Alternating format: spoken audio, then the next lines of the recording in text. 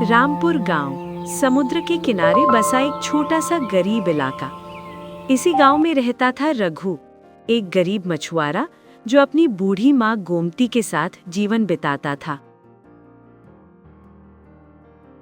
थका हुआ रघु भारी कदमों से अपने कच्चे घर की ओर लौट रहा था। कंधे पर जाल, आंखों में निराशा और दिल में वही पुराना सवाल कि कब बदलेगी किस्मत।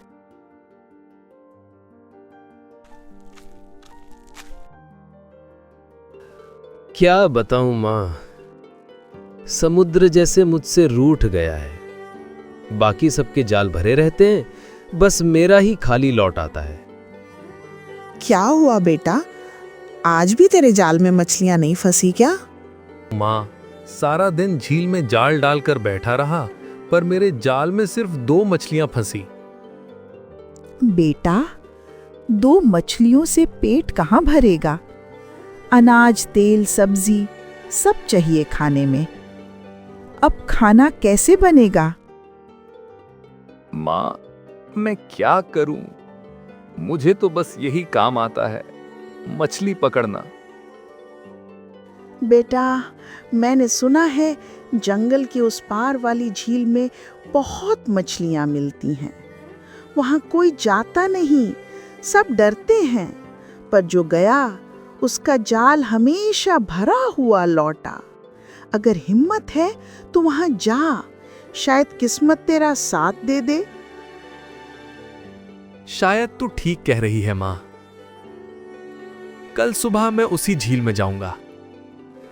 देखते हैं क्या वहां मेरी किस्मत बदलती है।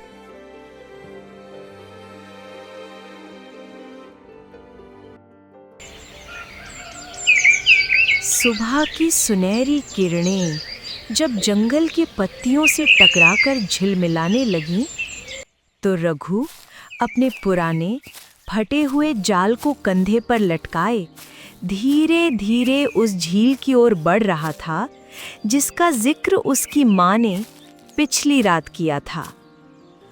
उसका मन थका हुआ था, पर उम्मीद अब भी बाकी थी।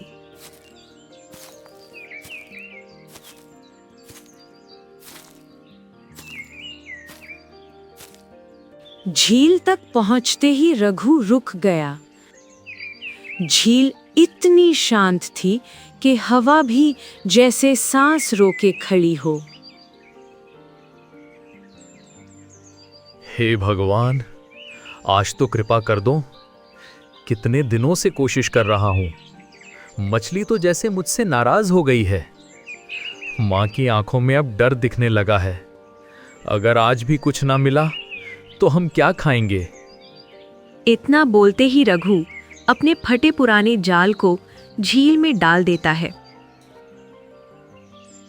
और वहीं झील के किनारे एक पुराने पत्थर पर बैठ जाता है, थका हुआ पर उम्मीद से भरा। उसकी निगाहें पानी में पड़ रही लहरों को गिनने लगती हैं।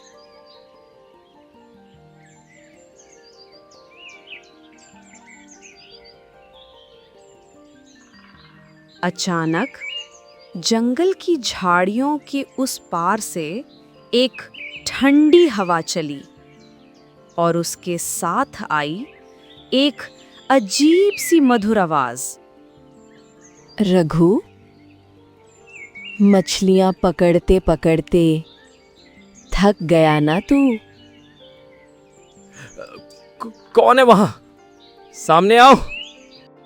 अचानक पेड़ों के बीच से एक नीले और सुनहरे पंखों वाली पक्षी निकल आई। उसकी नीले पंख ऐसे चमक रहे थे जैसे किसी ने आसमान का टुकड़ा तोड़कर उस पर रख दिया हो। उसकी आंखें इंसानों जैसी गहरी थीं और चोंच हल्की सुनहरी चमक में दमक रही थी। वो झील के किनारे एक पत्थर पर बैठ गई। अरे, तू बोल कैसे रही है? पक्षी होकर इंसानों की भाषा? रघु, मैं यहाँ सदियों से रहती हूँ। मैं वो हूँ जिसे कोई खोज नहीं पाया, पर जिसे किस्मत खुद बुलाती है। नहीं, नहीं, तू कोई जादू है या धोखा, मैं तेरे झांसे में नहीं आने वाला। वो जाल वहीं छोड़ देता है और बिना पीछे देखे जंगल से भाग पड़ता है। रघु भागता भागता गांव पहुंचता है। सांसें तेज चल रही हैं, माथे पर पसीना और आंखों में डर साफ दिख रहा है।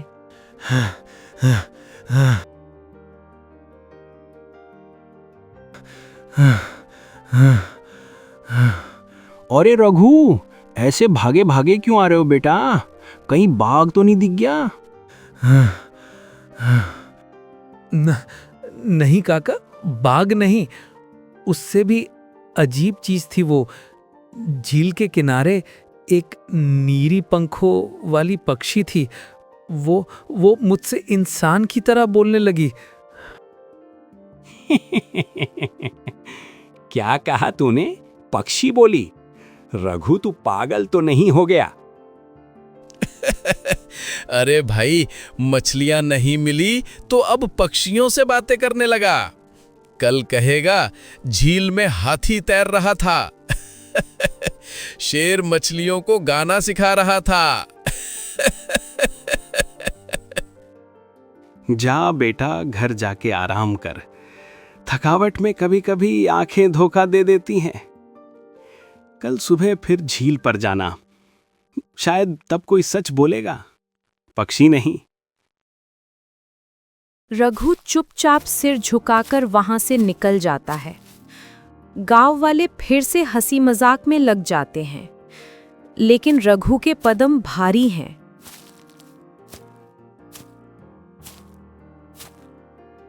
रघु घर लौटता है, माँ बैठी है। आ गया बेटा?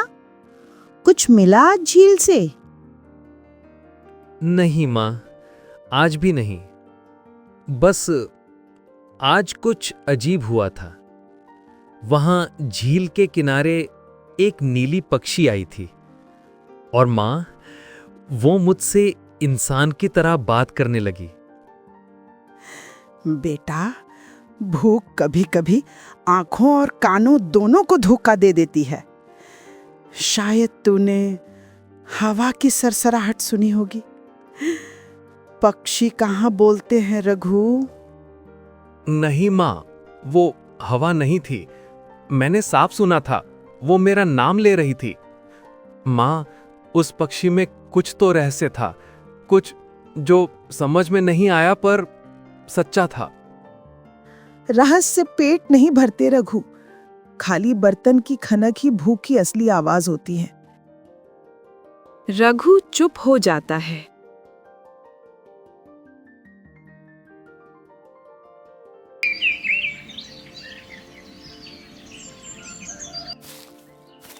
अगले दिन रघु फिर उसी झील पर पहुंचता है। चेहरे पर डर तो है, पर जिज्ञासा उससे भी ज्यादा। पर इस बार वो भागने नहीं आया, समझने आया है। रघु झील के किनारे बैठ जाता है। कल की बात अगर सपना थी तो आज सब साफ हो जाएगा, पर अगर वो सच थी तो फिर वो पक्षी कौन थी? हल्की हवा बहती है, पत्तों की सरसराहट सुनाई देती है। रघु ध्यान से सुनता है। तभी वही मीठी आवाज आती है। तू फिर आ गया रघु? रघु देखता है, वो वही नीले चमकदार पक्षी है। हाँ, लेकिन आज मैं भागूंगा नहीं।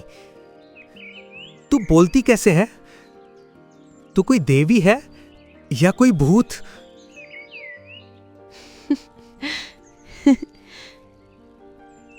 न मैं देवी हूं, न भूत। मैं भी तेरी तरह एक इंसान थी रघु। कभी इस झील के किनारे मेरा घर था। मेरा नाम राधिका था। राधिका? लेकिन तू तो पक्षी है।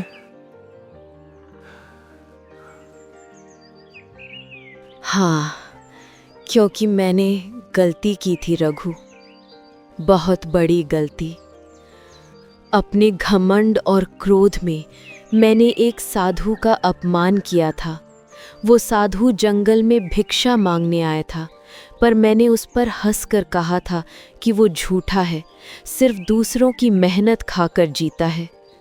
साधु ने कुछ नहीं कहा, बस मुस्कुराया और बोला, जिस इंसान में करुणा मर जाए उसे उड़ना चाहिए, ताकि वो दूसरों का दर्द ऊपर से देख सके।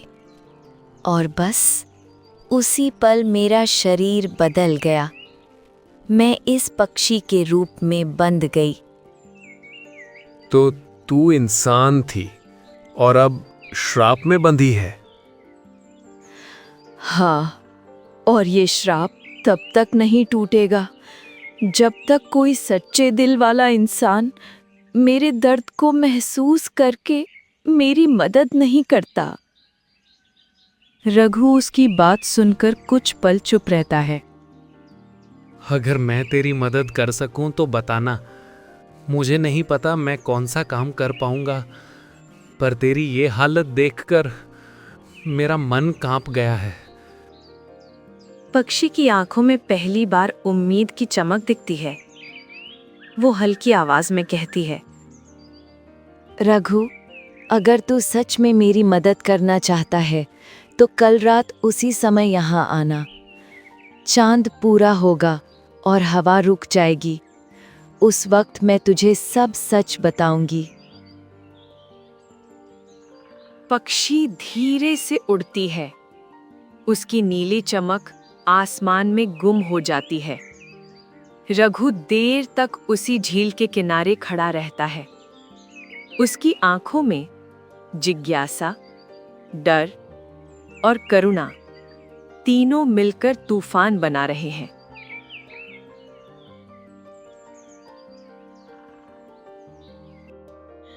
अगले दिन रघु फिर उसी झील पर आता है।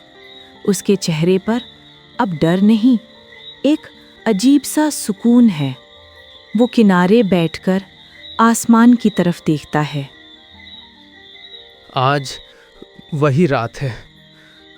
उसने कहा था हवा रुक जाएगी, और देखो, सच में एक पत्ता तक नहीं हिल रहा।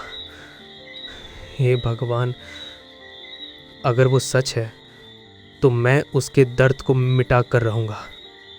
अचानक पानी की सतह पर नीली रोशनी चमकती है। वही पक्षी उतरती है, लेकिन इस बार उसकी आवाज भारी और उदास है। रघु, तू आया? मुझे पता था तू आएगा। तेरे वादे की रात थी, कैसे ना आता। अब बता, क्या करना है मुझे? मेरा श्राप तोड़ना आसान नहीं रघु। साधु ने कहा था, जिस दिन कोई इंसान मेरे लिए 3 कठिन परीक्षाएं देगा और अपने स्वार्थ से ऊपर उठेगा, उसी दिन मैं फिर इंसान बन पाऊंगी। मैं तैयार हूं राधिका, चाहे कुछ भी करना पड़े। पक्षी की आंखों में हल्की चमक आती है, जैसे उम्मीद की लौ फिर जल उठी हो। पहला काम, इस जंगल की काली घाटी से वो नीला पत्थर लाना होगा जिस पर साधु का श्राप खुदा है। वो जगह श्रापित है, वहाँ सूरज की किरणें तक नहीं पहुँचती, और जो वहाँ गया वो कभी लौट नहीं पाया। दूसरा काम, इस झील के बीच वो दीप जलाना होगा जो 100 सालों से कोई नहीं जला पाया, क्योंकि जो उसे जलाने जाता है उसकी परछाई खुद आग में समा जाती है। रघु हल्का सा घबराता है, पर फिर शांत होकर सिर हिलाता है। तीसरा और सबसे कठिन काम रघु, एक ऐसा काम है जो सिर्फ सच्चे प्रेमी ही पूरा कर सकते हैं। तुझे जाना होगा अंधकार वन में, जहाँ समय रुक जाता है, जहाँ आत्माएं अपनी अधूरी इच्छाओं में भटकती हैं। वहाँ एक काला पत्थर है, मौन शिला। वो मेरे शाप की जड़ है। जो भी उसे छूता है उसका मन तुरंत खुल जाता है। उसके सारे झूठ, सारे डर सब सामने आ जाते हैं। अगर तेरे दिल में जरा सा भी स्वार्थ या भय हुआ तो तू उसी पत्थर में कैद हो जाएगा, हमेशा के लिए। पर अगर तेरे प्रेम में सच्चाई हुई तो वो पत्थर टूट जाएगा और मैं मुक्त हो जाऊंगी। अंधकार वन, लोग तो उसका नाम तक लेने से डरते हैं, पर अगर वहां जाना ही तेरी मुक्ति का रास्ता है तो मैं जाऊंगा, चाहे जान ही क्यों न चली जाए। राधिका की आंखें नम हैं। वो बस धीमे स्वर में कहती है, रघु, लौट आना, क्योंकि मैं नहीं चाहती कि मेरी मुक्ति तेरी जान की कीमत पर हो।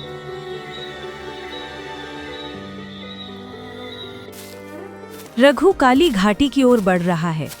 उसके चेहरे पर दृढ़ता है, लेकिन आंखों में एक अजीब बेचैनी। काली घाटी, जहां रोशनी खो जाती है। रघु आगे बढ़ता है। जमीन पर धुंध का सागर फैला है। अचानक हवा का एक झोंका आता है। अंधेरे में उसकी माँ की आवाज सुनाई देती है, बेहद कमजोर और कांपती हुई। रघु बेटा, तू कहाँ है? मैं तुझे पुकार रही हूँ। रघु चौंक जाता है। माँ, माँ, तू यहाँ कैसे? नहीं, ये सपना है, ये धोखा है। अचानक अंधेरे में उसकी माँ जैसी आकृति दिखती है। वो हाथ फैलाकर कहती है, रघु, तू जंगलों में क्यों भटक रहा है बेटा? घर चल, मैं तेरे बिना रह नहीं सकती। नहीं, नहीं, ये माँ नहीं है। माँ कभी मुझे डरा कर नहीं बुलाती। वो तो हमेशा विश्वास सिखाती है। वो आंखें बंद करता है, माँ को याद करता है। धीरे धीरे हवा थमने लगती है। आसमान से हल्की नीली रोशनी गिरती है। माँ, तेरी दुआ से मैं अंधेरे से नहीं डरूंगा। मैं वादा करता हूँ, तेरे लिए और राधिका के लिए ये परीक्षा पार करूंगा। अचानक घाटी में गूंज होती है और जमीन से एक पत्थर उभरता है, नीला, चमकता हुआ, जैसे किसी आत्मा की आंख। रघु ने पहली परीक्षा जीत ली थी। उसने अपने भीतर के डर को पहचाना और माँ के प्रति विश्वास ने उसे बचा लिया। रघु पत्थर को रखता है और झील की ओर लौटता है। हवा में फिर वही नीली पंखों की झिलमिलाहट होती है, जैसे राधिका कहीं पास से देख रही हो।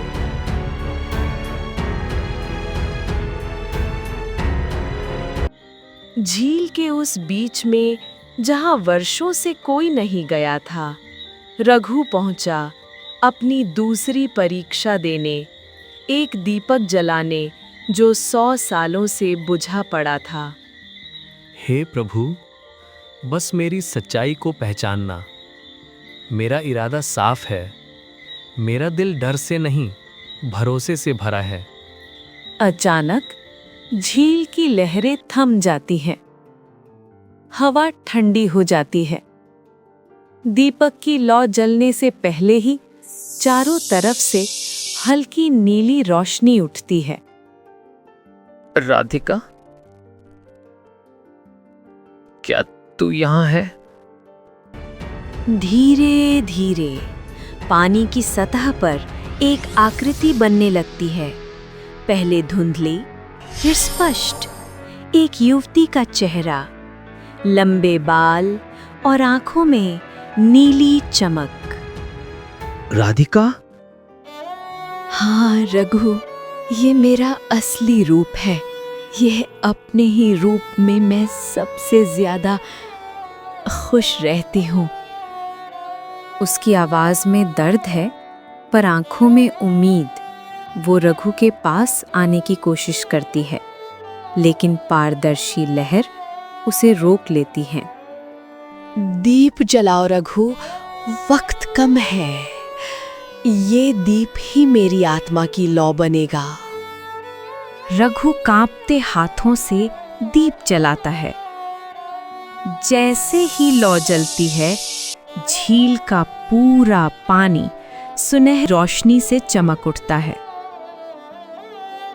और उसी क्षण 100 सालों से बुझा दीप जल उठा। बस एक और परीक्षा। अंधकार वन, वहां मौन शिला, उसे छूना सिर्फ प्रेम के साथ। उसकी आवाज धीरे धीरे लहरों में घुल जाती है।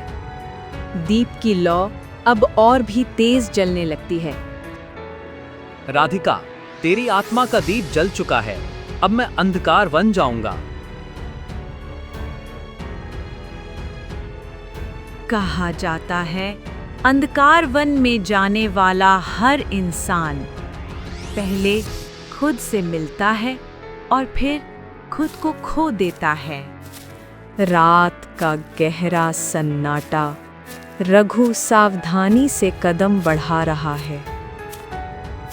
कुछ दूरी पर एक गुफा है। ये वही जगह है जहां मौन शिला है। रघु धीरे धीरे आगे बढ़ता है। उसकी सांसें थोड़ी तेज हो रही हैं।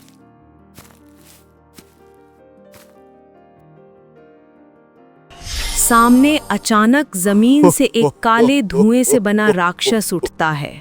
काला, बिना चेहरा, बस लाल आंखें और गूंजता हुआ स्वर, जैसे खुद अंधकार ने रूप ले लिया हो।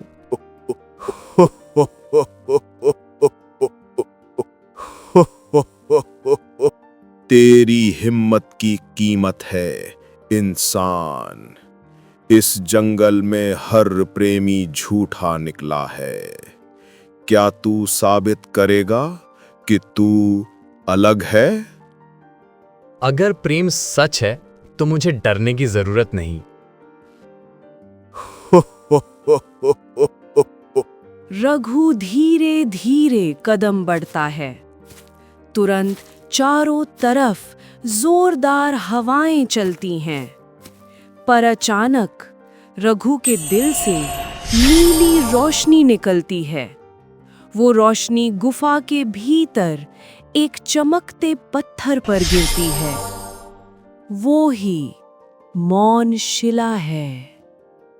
अगर मेरा प्रेम सच्चा है तो ये पत्थर मेरे भय को निगल ले। वो हाथ रखता है और अचानक पत्थर चमक उठता है। राक्षस की परछाई दर्द से चिल्लाती है और धुएं में बिखर जाती है। गुफा में राधिका की आवाज गूंजती है। रघु, तूने कर दिखाया। तूने सिर्फ श्राप नहीं तोड़ा, तूने मुझे इंसानियत पर भरोसा करने की वजह दी है। अचानक दीवारों से सुनहरी किरणें फूटने लगती हैं। क्षण भर में गुफा के हर कोने में सोने के सिक्के, रत्न और प्राचीन आभूषण भर जाते हैं। गुफा अब जैसे किसी देवलोक में बदल गई हो। ये तो खजाना है। ये उसी का प्रतिफल है जिसने निस्वार्थ प्रेम किया।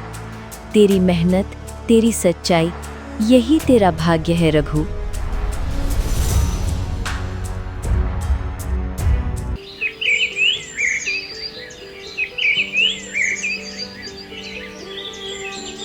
रघु अकेला झील के किनारे बैठा है।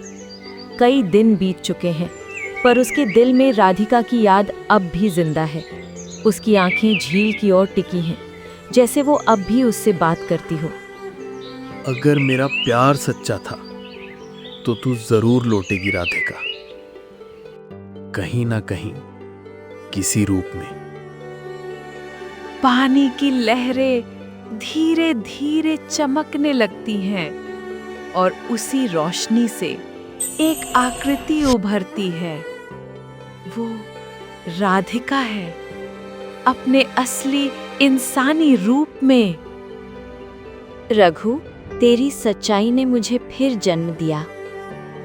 रघु अविश्वास में खड़ा होता है। उसकी सांसें थम सी जाती हैं, आंखें भर आती हैं, जैसे सालों का दर्द एक ही पल में पिघल गया हो।